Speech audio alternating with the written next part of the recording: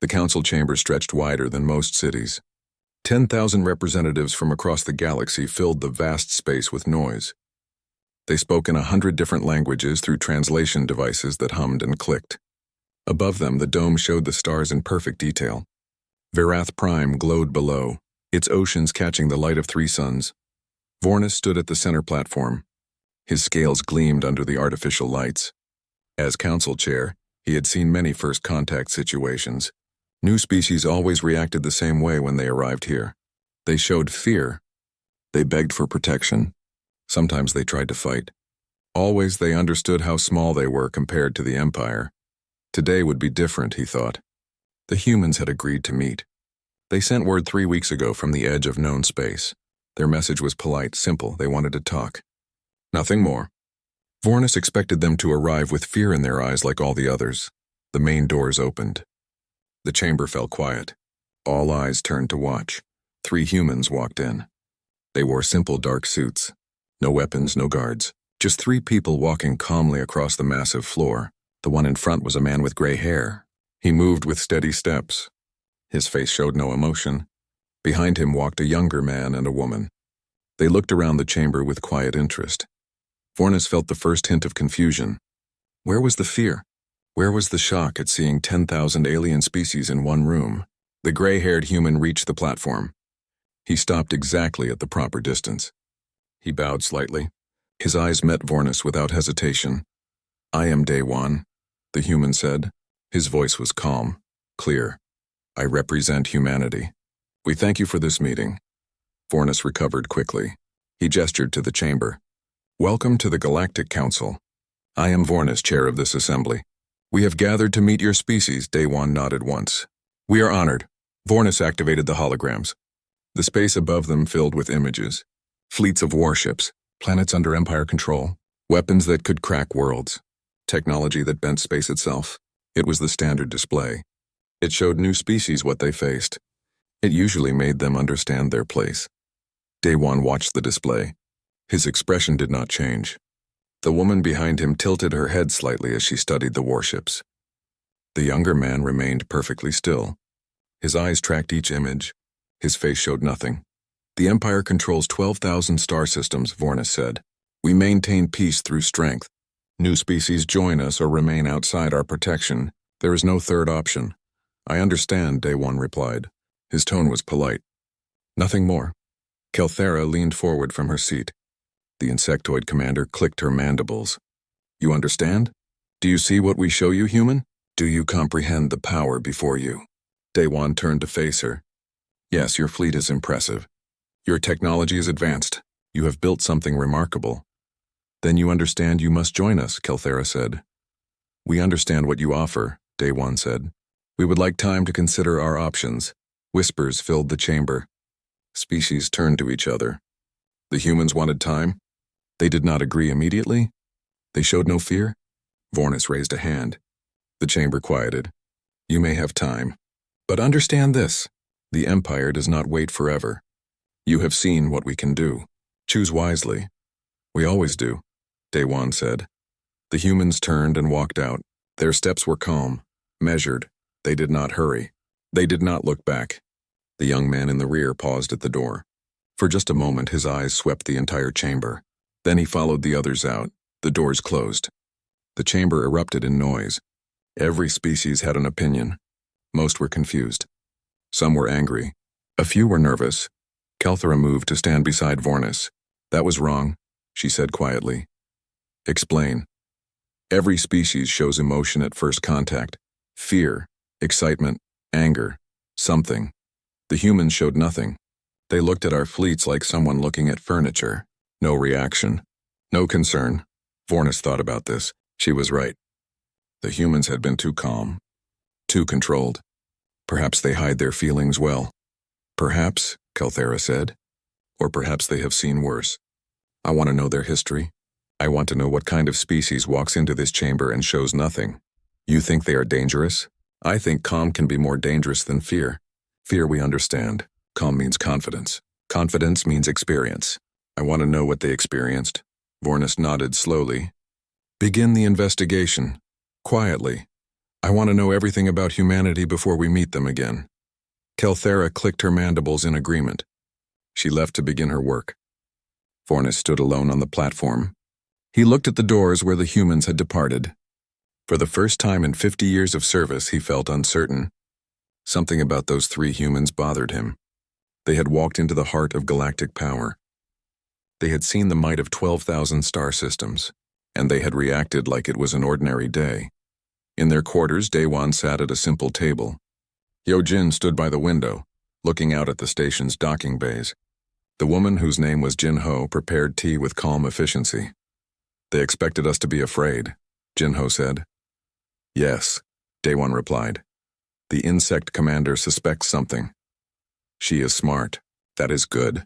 Hyojin turned from the window. How long until they find our history? 2 days, maybe 3. Their intelligence services are efficient. And then, Daewon accepted the tea from Jin-Ho. He sipped it slowly. Then they will understand why we are calm. Then they will decide if they want us as friends or enemies. Which do you prefer? Jin-Ho asked. Friends, Daewon said quietly. Always friends. We have fought enough wars. But if they choose to make us enemies, we will survive that too. We always do. Hyojin returned to the window. His eyes tracked the movement of ships in the distance. His military mind cataloged weapons positions, shield generators, and tactical weaknesses. He did this without thinking about it. It was habit, training, instinct developed over thousands of years of human conflict. Outside, the station continued its business. Ships came and went, species traded and talked. The Empire functioned as it always had. But in the intelligence division, Kelthera began her search. She wanted to know about humanity. She wanted to understand their calm. She would find her answers. And when she did, she would wish she had never asked the question. The human quarters were simple, clean, efficient. The rooms had everything needed and nothing extra. Daewon seemed content with this. Jin-Ho arranged her workspace with careful precision. Hyojin stood by the window most of the time, watching the station's activity with quiet attention. Other species found this strange. Ambassadors usually demanded luxury. They wanted to show their importance. They decorated their spaces with art and symbols of power. The humans did none of this. They simply existed in their quarters like soldiers in a temporary camp. On the 2nd day, a delegation arrived. Thax led them. His feathers were bright blue and gold. He was from a species known for aggressive trade practices. They controlled several important trade routes. Thax believed in showing strength through intimidation. He entered the human quarters without asking. 5 others followed him. They spread out across the room, taking dominant positions. It was a tactic. Make the other party uncomfortable. Force them to react. Daewon looked up from his reading. He set the tablet down. He stood slowly. Welcome. How can I help you? Thax ruffled his feathers. I come to discuss reality. You humans think you have choices. You do not. The Empire controls everything, trade, resources, protection. You will join us. The only question is what you will pay. I see, Daewon said. His voice remained calm. And if we prefer to remain independent? Then you will have no trade, no allies, no protection when pirates come. Your colonies will struggle. Your people will suffer. Eventually you will beg to join us, Daewon nodded slowly. That is one possibility. May I offer you tea while we discuss alternatives? Thax stared at him. The human showed no anger, no fear, no reaction to the threats. It was unnatural. Every species reacted to threats. It was basic psychology. I do not want tea, Thax said. I want your agreement. We are still considering our options, Daewon replied. Thank you for your input. We will include it in our analysis. Jin-Ho entered from the side room. She carried a tray with cups. She set it down gently. I prepared tea anyway, just in case. She smiled at Thax. It was a polite smile. Nothing more. Thax felt his anger rising. These humans were impossible. They showed no proper emotion.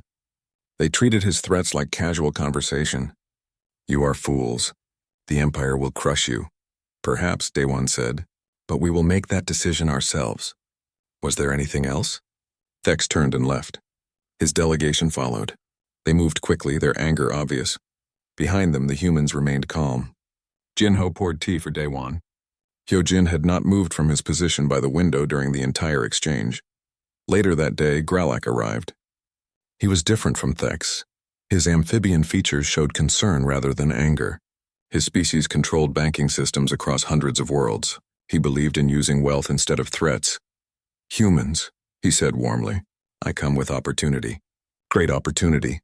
Day One gestured to a chair. "Please sit. Tell us about this opportunity." Gralix sat.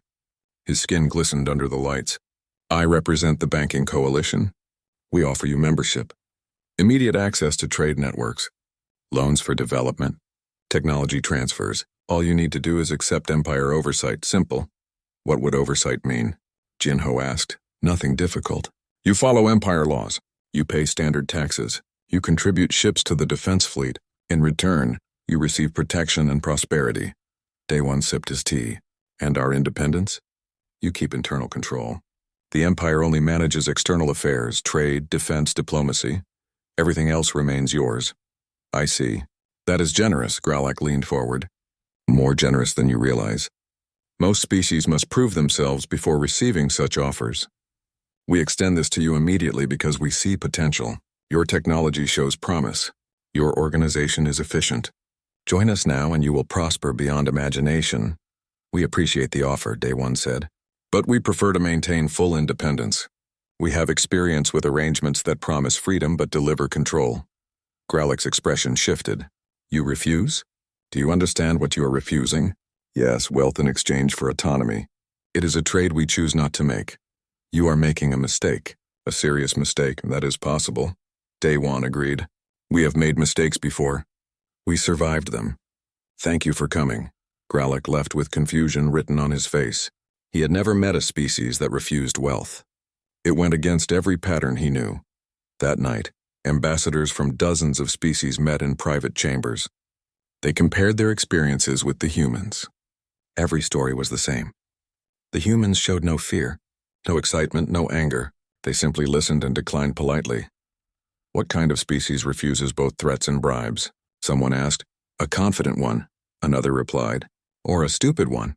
"They are not stupid. You can see it in their eyes. They understand everything we say.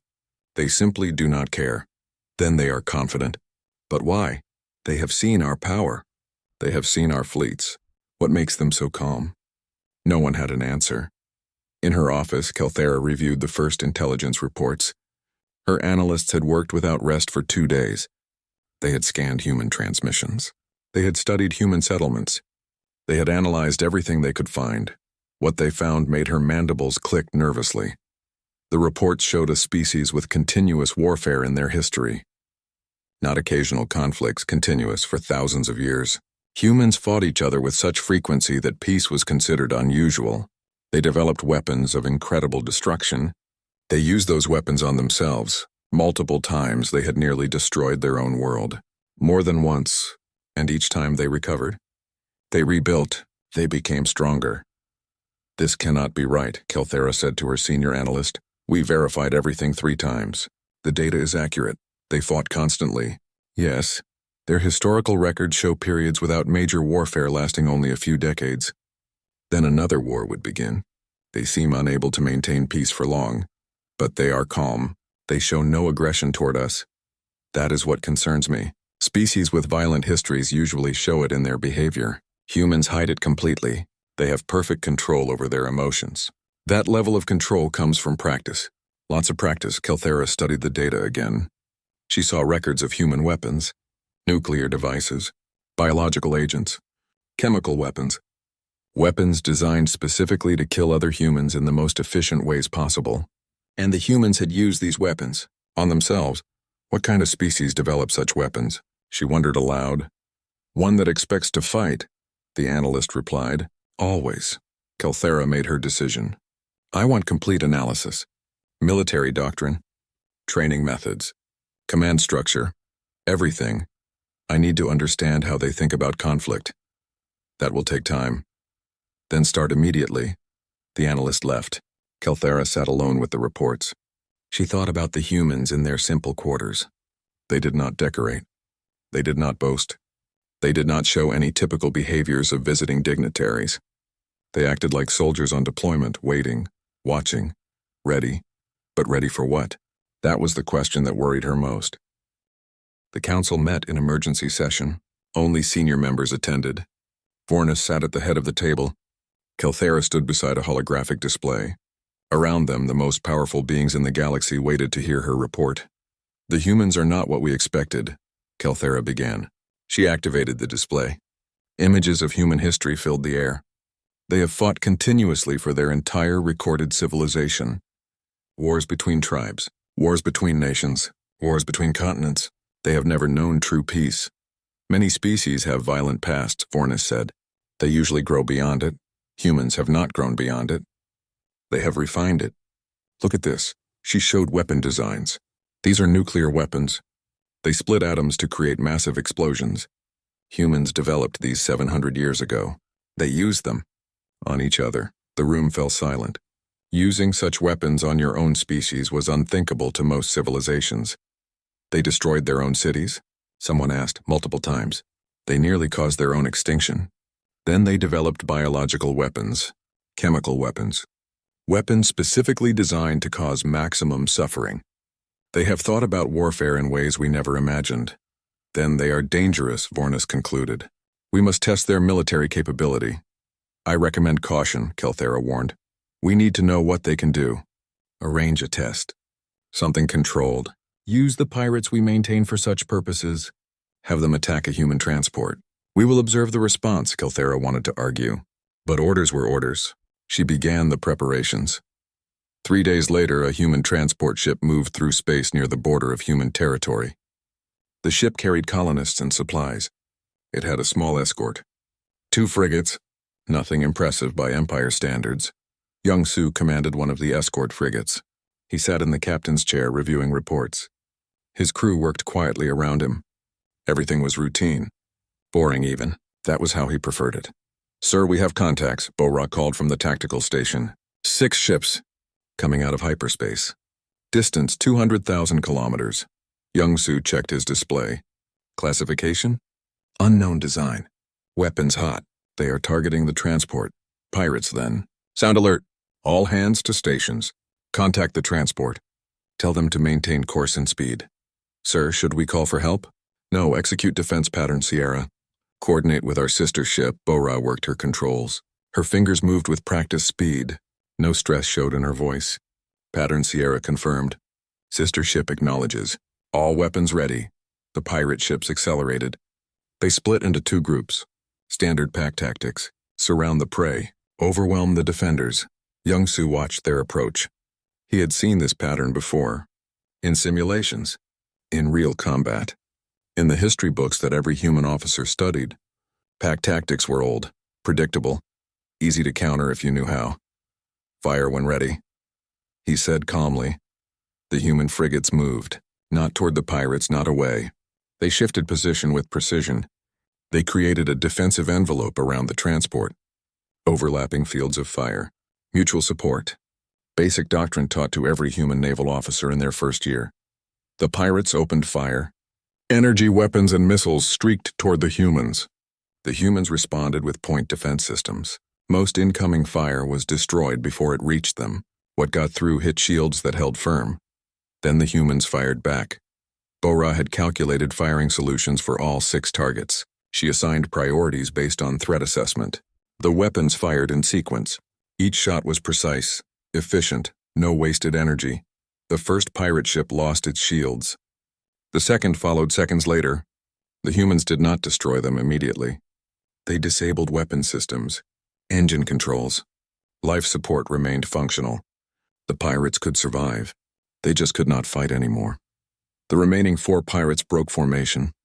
They tried to escape. The human frigates let them go. They had completed their mission. The transport was safe. There was no need to pursue. Total engagement time, 4 minutes. Human casualties, 0. Damage minimal. The entire event was textbook execution of standard defensive doctrine. On the council station, Kelthera watched the battle data with growing concern. Around her, other military analysts reviewed the same information. No one spoke for a long moment. "They did not call for help," someone said finally. "No," Kelthera agreed. "They did not panic. No. They fought with perfect discipline." "Yes." Another analyst highlighted parts of the engagement. "Look at their positioning. They created interlocking fields of fire. They maximized defensive coverage while maintaining offensive capability. This is not basic tactics. This is advanced doctrine. And they executed it perfectly, Kelthera added. No mistakes. No hesitation. They responded to an ambush like it was a training exercise. Because to them it probably was, the analyst said. Their history shows constant warfare. They have more combat experience than any species in the Empire.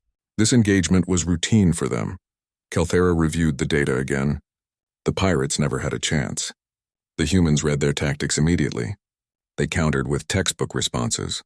Every move was calculated, professional, efficient. I need to report this to the council, she said quietly. In his quarters, Day One received a message from Young Su. Brief, professional. The transport was safe.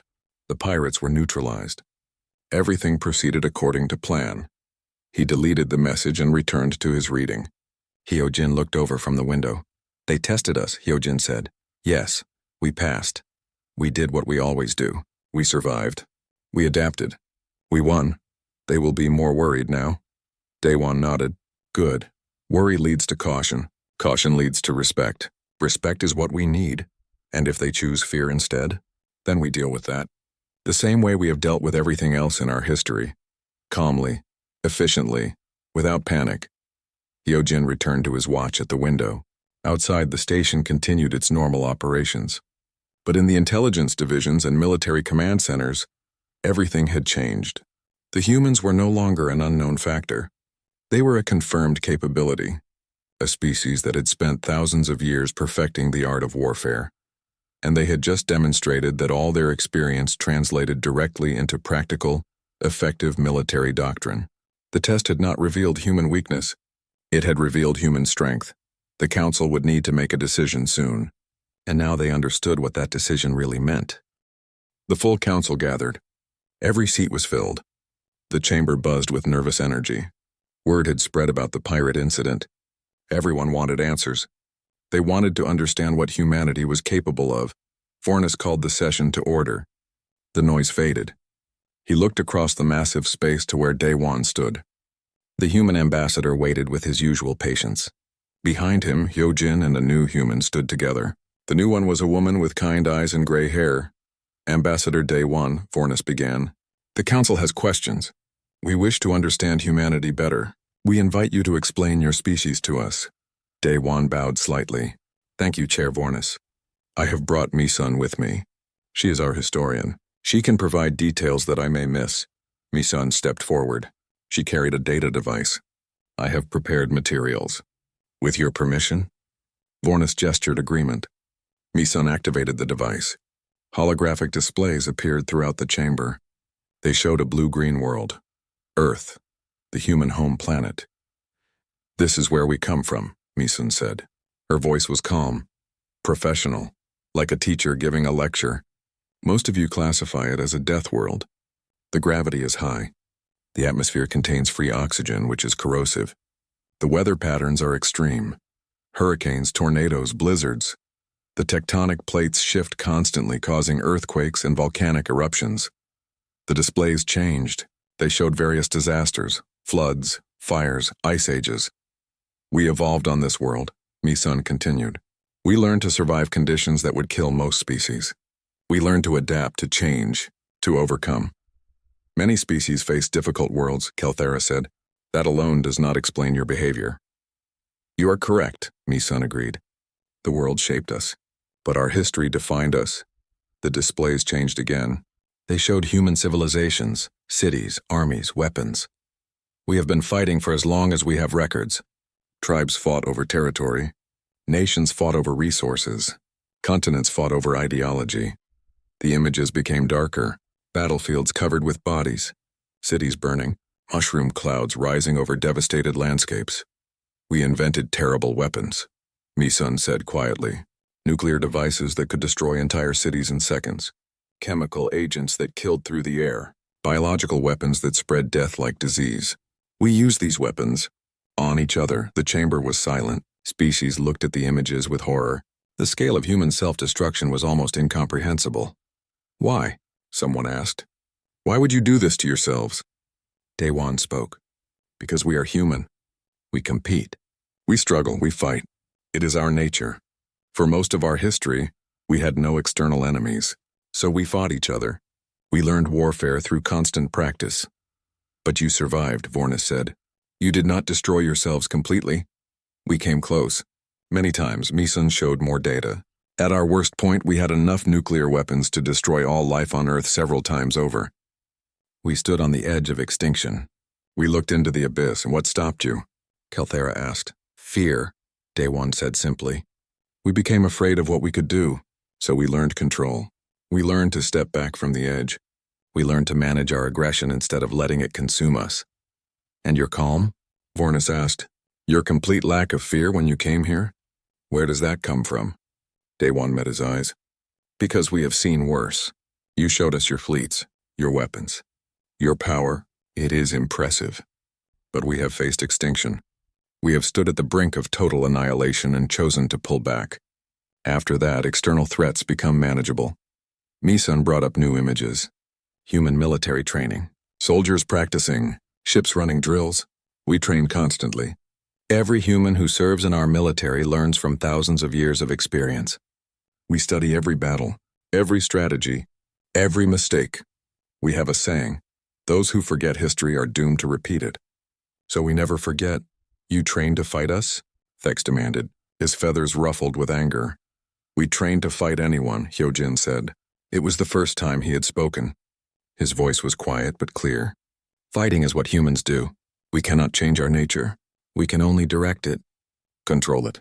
Use it wisely. So you admit you are dangerous, someone said. Yes, Daewon agreed. We are dangerous. Every species with weapons is dangerous. The question is whether we use that danger responsibly. We believe we do, the pirate test, Kelthera said. You knew we sent them. We suspected. The timing was too convenient. The tactics were too organized. Pirates are usually more random. Yet you did not protest. You did not complain. Why would we? You needed to understand our capabilities. The test served that purpose. Our people were safe. The pirates survived. Everyone learned something useful. Vornis stood. He walked to the edge of his platform. Let me be direct, Ambassador. What do you want from the Empire? What is humanity seeking? Daewon considered his words carefully. The entire chamber waited for his response. We want to be left alone, he said finally. We want to develop our worlds in peace. We want to trade freely with those who wish to trade with us. We want to build our civilization without interference. That is all. And if we refuse, if we demand your submission, then we will respond the way we always have throughout our history. We will survive. We will adapt. We will resist, and eventually we will win. Not because we are stronger, not because we are smarter, but because we have had thousands of years of practice at surviving impossible situations. The chamber was silent. The weight of those words hung in the air. Every species present understood what Daewon was saying. Humanity would not back down. They would not surrender. They would fight with all the experience and determination that their violent history had given them. You threaten us, Thex said. No, Daewon replied. I state facts. Threats involve intent to cause harm. We have no such intent, but we will defend ourselves if necessary. That is not a threat. That is a promise of survival. Misun added one more display. It showed human colonies, children playing, families working together, cities at peace. This is what we want. This is what we are building. We have finally learned to turn our energy toward creation instead of destruction. We would like to continue that process. But if forced to choose between peace and survival, we will always choose survival. Always. Vornis returned to his seat. He looked tired. Thank you, Ambassador, Historian. You have given us much to consider.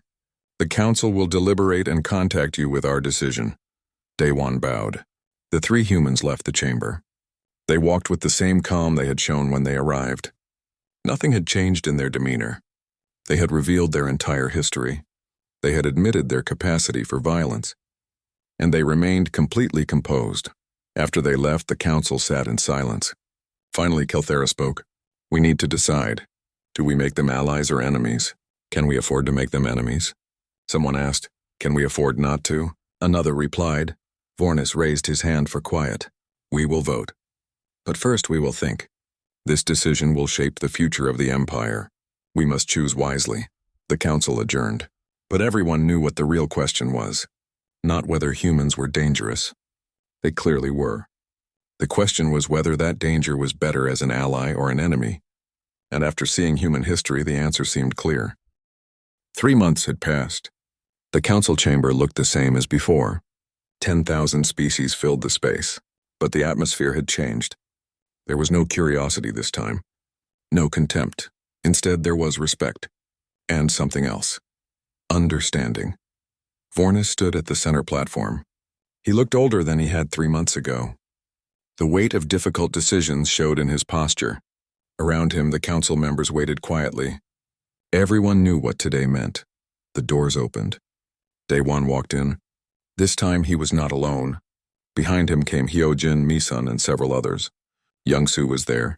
Bora walked beside him. Jinho carried a ceremonial case. They all moved with the same calm purpose they had shown from the beginning. They reached the platform. Daewon stopped at the proper distance. He bowed. His expression showed quiet satisfaction, but no arrogance. Ambassador Daewon, Vornis began. The council has reached its decision. We have debated for many weeks. We have considered all options. We have thought deeply about what humanity represents. Daewon waited.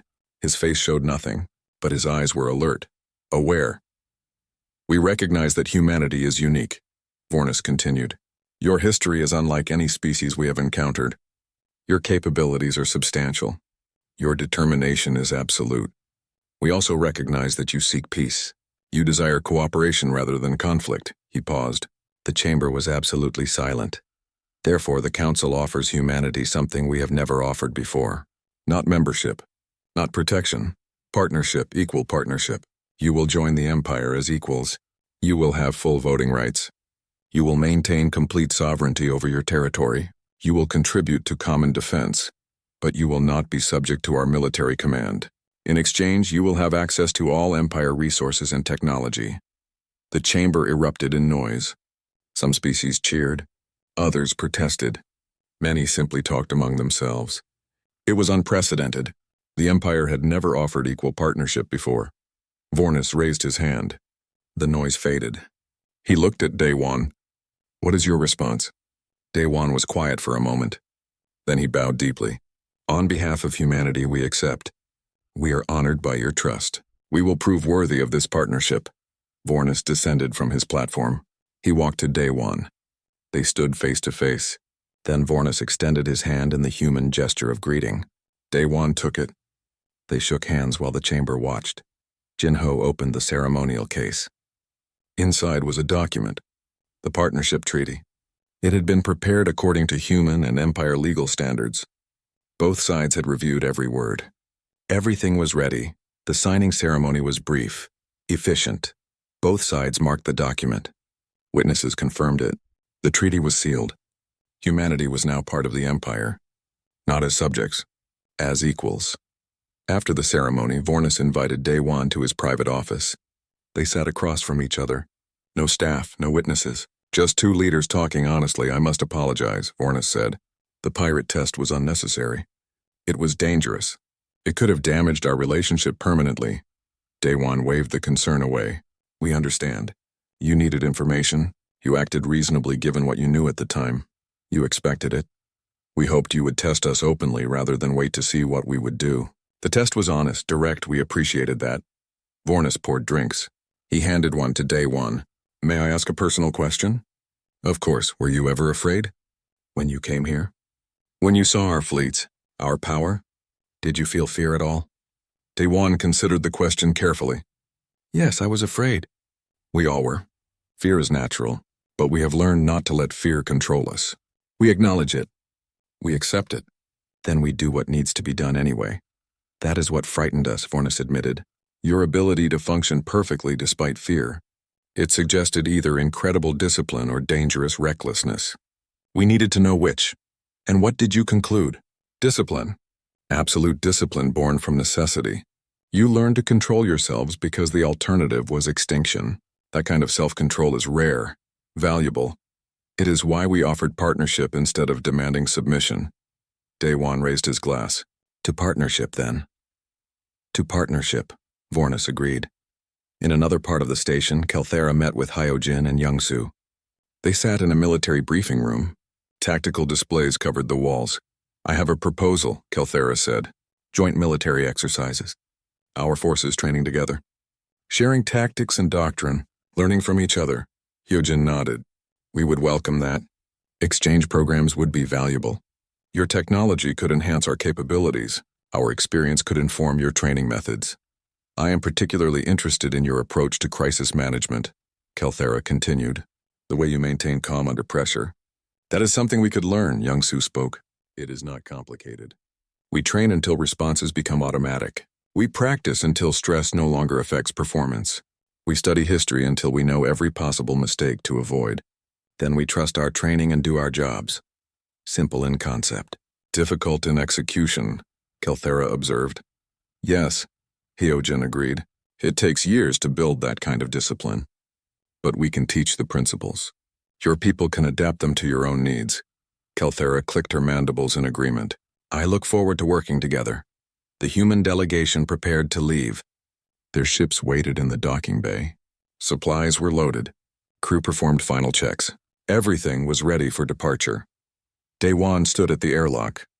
Vornis came to see them off. Around them, other species watched. The humans had become something of a curiosity. Everyone wanted to see them one more time before they left. "Safe travels, Ambassador," Vornis said. "We will meet again soon to begin implementing our partnership." "We look forward to it," Daewon replied. He turned to enter the ship. Then he paused. He looked back at Vornis. "You asked why we stayed calm. I gave you one answer. But there's another reason. What is that? Because panic serves no purpose. Fear without control leads to mistakes. Mistakes lead to death. We learned this lesson over thousands of years. We learned it through countless wars, through near extinction, through every crisis our species has faced. Staying calm is not a choice for us. It is survival instinct. It is what kept us alive when everything else failed." He paused. His eyes met Vornis directly. "You have not faced what we have faced. Your empire has known mostly peace, order, stability. Those things are precious, but they make you unfamiliar with true crisis. We know crisis intimately. We have lived with it for so long that we no longer react the way you expect. That is not confidence. That is familiarity with danger. And that is what frightened you." Vornis was quiet. He understood now. The humans were not fearless. They were not reckless. They were simply so accustomed to danger that they treated it as normal. They had normalized crisis through constant exposure. It was the most alien thing about them. "Thank you for explaining," Vornis said softly. Daewon nodded once. Then he boarded the ship. The airlock closed. The humans departed. Vornis watched the ship pull away from the station. It accelerated smoothly. Within minutes, it reached the edge of the system. Then it jumped to hyperspace and disappeared. He stood there for a long time thinking. The Empire had gained powerful allies, but it had also learned a profound lesson. There were species in the galaxy that had experienced things the Empire could barely imagine. Species that had been forced to adapt in ways that seemed impossible. Species that had learned to survive through pure determination and discipline. Humanity was such a species. They had entered the Empire not with fear or aggression, but with calm. That calm was their greatest weapon. It was also their greatest gift. They could teach the Empire what it meant to truly survive, what it meant to face extinction and choose to continue anyway. Vornis turned and walked back into the station. Behind him, the stars continued their eternal dance. And somewhere among those stars, humanity was building its future, calmly, deliberately, with the same quiet determination that had carried them through thousands of years of struggle. The galaxy had changed. The Empire had a new partner, and that partnership would be built on mutual respect, shared goals, and the understanding that true strength comes not from weapons or technology, but from the ability to remain calm when everything falls apart. That was the human way. And now it would become part of the Empire as well.